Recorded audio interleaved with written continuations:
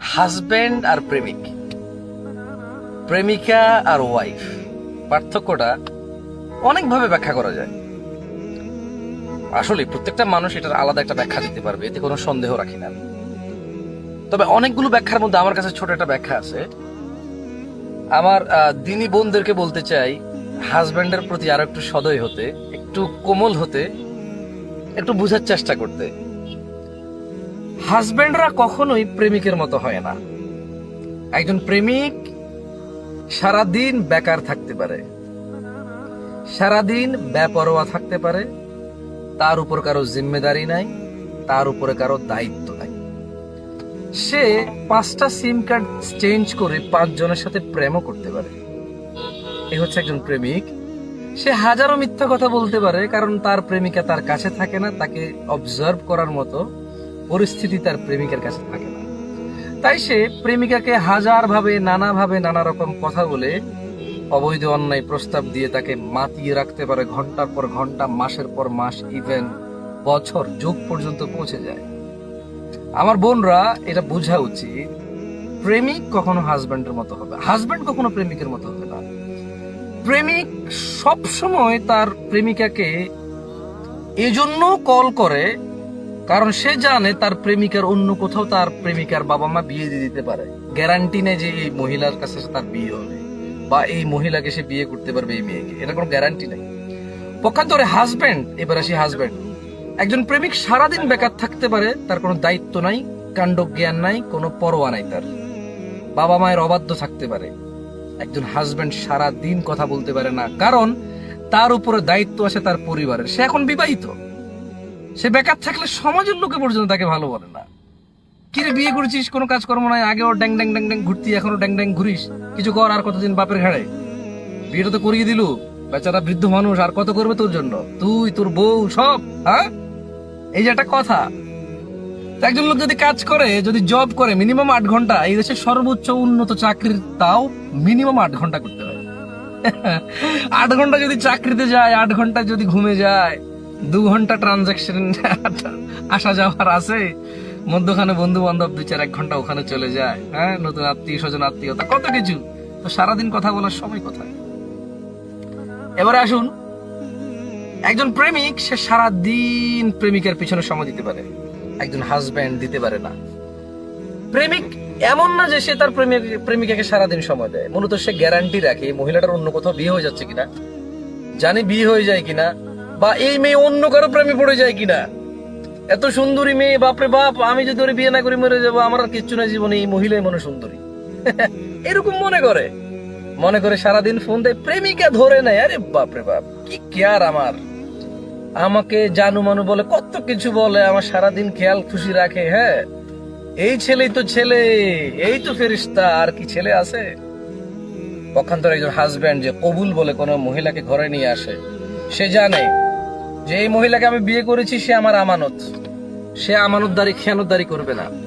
একজন প্রেমিক তার প্রেমিকাকে বিশ্বাস করে না, সারাদিন তাই কল দিয়ে, মানে কখনো বিজি আছে কিনা নাম্বার, অন্য কোন নাম্বারটা বন্ধ কিনা, কার সাথে কথা বলতেছো, বা অন্য কোনো ছেলের প্রেমে পড়তেছে কিনা, একটু আগে যেটা বললাম।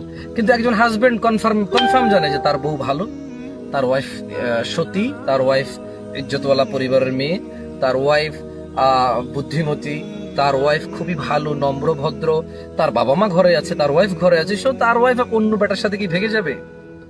সো এই চিন্তা করে হাজবেন্ডের মন থেকে টেনশন চলে যায়, যেটা প্রেমিকের মনে থাকে। প্রেমিকেরা মনে করে প্রেমিক বুঝি কত কেয়ার করে, সারাদিন কল করে, অথচ প্রেমিক সন্দেহ করে। প্রেমিক নিজের উপরে বিশ্বাস রাখতে পারে না, প্রেমিকার উপরে বিশ্বাস রাখতে পারে না।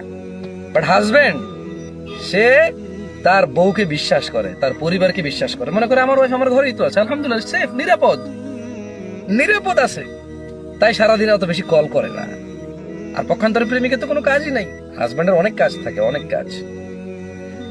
একজন প্রেমিক যতটা লেয়াজু হয়, লুতুপুতু হয়, আচ্ছা বলেন তো, এই প্রেমিকটাই তো স্বামী হয় অনেকের। প্রেমিকার স্বামী না হলে প্রেমিকার মতো কোনো মেয়ের স্বামী তো হয়, সেম পুরুষ তো। প্রেমিকার সাথে অবৈধ থাকা অবস্থায় এত সুন্দর কথা বলতে পারে, বিয়ের পরে কেন বলতে পারে না? কারণ প্রেম, সমস্ত এই সম্পর্কটা টিকে আছে মিথ্যা আর মিথ্যার উপরে। আর শয়তান মানুষের শয়তানি কাজকে সুন্দর করে তোলে। শয়তান আজে বাজে কাজগুলাকে, মিথ্যা কথাকে এত সুন্দর করে মানুষের চোখের সামনে নিয়ে আসে, মানুষ মনে করে যে ওয়াও, এটাই তো সুন্দর, এর চেয়ে কি বেশি সুন্দর আছে পাওয়া যায় বলো? হ্যাঁ, দুর্লভ। তো কোথাও জাদুঘরের টিকিট কেটে পাবা? অসম্ভব, এটাই তো বেস্ট এন্ড বেটার। পক্ষান্তরে হাজব্যান্ড এমন হয় না। প্রেমিক সারাদিন মিথ্যা কথা বললে তার প্রেমিকাকে রাত্রে গিয়ে জবাব দিতে হবে না। হাজবেন্ড যদি দুইটা মিথ্যা কথা বলে রাত্রে ঘরে আসতে হবে, তার বউকে বলতে হবে। তার বউ জিজ্ঞেস করবে তুমি যে অমুক কথাটা বললে এটার কতটুকু সত্যতা আছে বলো। এবার হাজবেন্ড যদি মিথ্যা কথা বলে, হাজবেন্ড 1 দিন 2 দিন 3 দিন কয়দিন পার পাইবে? কিন্তু একজন প্রেমিক সারা জীবন মিথ্যা কথা বলে গেল, ঝামেলা হয় না। বুঝে আসছে না? আসে নাই?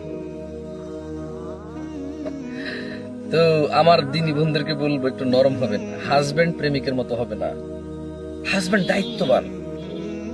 হাজবেন্ড মানে জিম্মেদারি, দায়িত্ব, ইজ্জত সম্ভ্রম রক্ষাকারী, পাহারাদার, ঘর পরিচালনা করবে নিজ নিজ ক্ষমতা অনুযায়ী। কেউ বড় কাজ করবে, কেউ ছোট কাজ করবে, কারো বেশি ইনকাম হবে, কারো কম ইনকাম হবে, কেউ ইনকামই নাই কিন্তু ইনকাম করার চেষ্টায় থাকতেছে। তো মানে প্রেমিকার কাছে তো দুঃখ বলার কিছু নাই। প্রেমিকা একটা আনন্দের জিনিস, শয়তানি জিনিস। প্রেমিকাকে কাপড় কিনে দিতে হয়, প্রতি মাসে কাপড় দিতে হয়, বছরে বছরে কাপড় দিতে হয়, প্রতিদিন খাবার দিতে হয়, প্রতিদিন ওর জন্য এই তেল সাবান শ্যাম্পু নিয়ে আসতে হয়, প্রেমিকার জন্য আনতে হয় না। এটা ফালতু সম্পর্ক ওখান ধরে। তো এই জন্য প্রেমিক তার প্রেমিকাকে ধমক দেয় না, কিন্তু হাজব্যান্ড ধমক দেয়। হাজব্যান্ড বিরক্ত হয়। এই জন্য বিরক্ত হয় না যে আপনাকে সে ঘৃণা করে। অনেকেই আবার করে, তবে বেশিরভাগ সময় আমার মনে হয় ওয়াইফরা বুঝতে চায় না। হাজব্যান্ড এতটুকু তার হৃদয়ে প্রশান্তি আছে যে আপনি একজন ভদ্র মহিলা, ভালো সৎ চরিত্রবান মহিলা।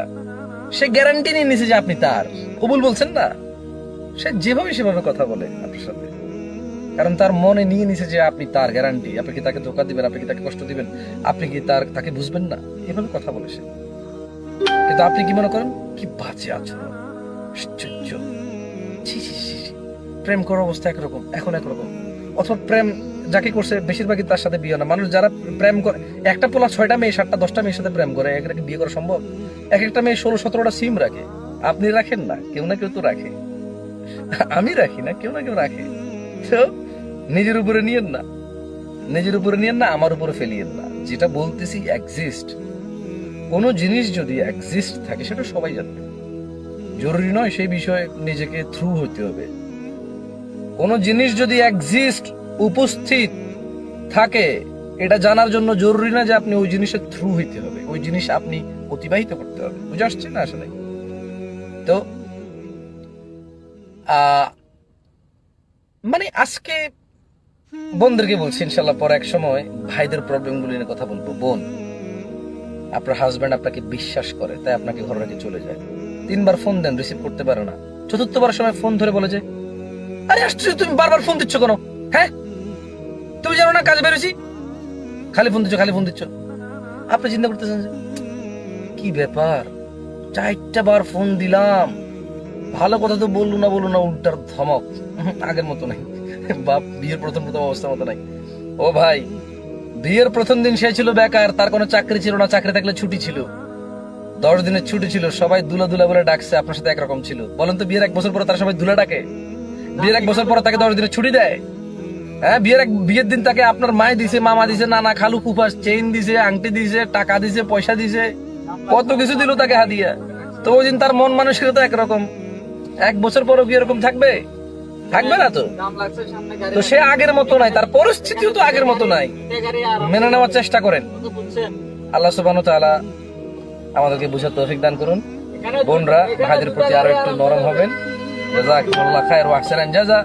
আমার মোবাইলে চার্জ নাই, মোবাইলটা বন্ধ হয়ে যাবে, ভিডিওটা পরে আপলোড হবে না। জানি না কে কিভাবে নিবেন আমার এই কথাগুলোকে, তবে সিম্পলি আপনাদেরকে বলি, যখন কোনো মানুষ কোনো কথা বলে তার নিজস্ব একটা এক্সপ্লেনেশন থাকে, নিজস্ব একটা সিচুয়েশন থ্রু করার পরে সেটা বলে। আপনি আপনার মতো করে ব্যাখ্যা করবেন, আপনি এটাকে সমষ্টিগতভাবে ব্যাখ্যা করবেন। প্রত্যেকটা বক্তব্য নিজের উপর নেবেন না বা অন্যের উপর দিয়ে দিবেন না। যে একটা এভারেজ থাকে, এভারেজের উপর নিয়ে যাবেন। মানে প্রত্যেকটা জিনিসের একটা গড় থাকে, ওই গড়কে দিয়ে বিচার করবেন না, নিজের পার্সোনালি নিয়ে আসবেন না অন্যের উপরে নিয়ে যাবেন। এভারেজের উপরে এটাকে বিচার বিশ্লেষণ করবেন। আল্লাহ সুবহানাহু ওয়া তাআলা বুঝার তৌফিক দান করুন। আসসালামু আলাইকুম ওয়া রাহমাতুল্লাহি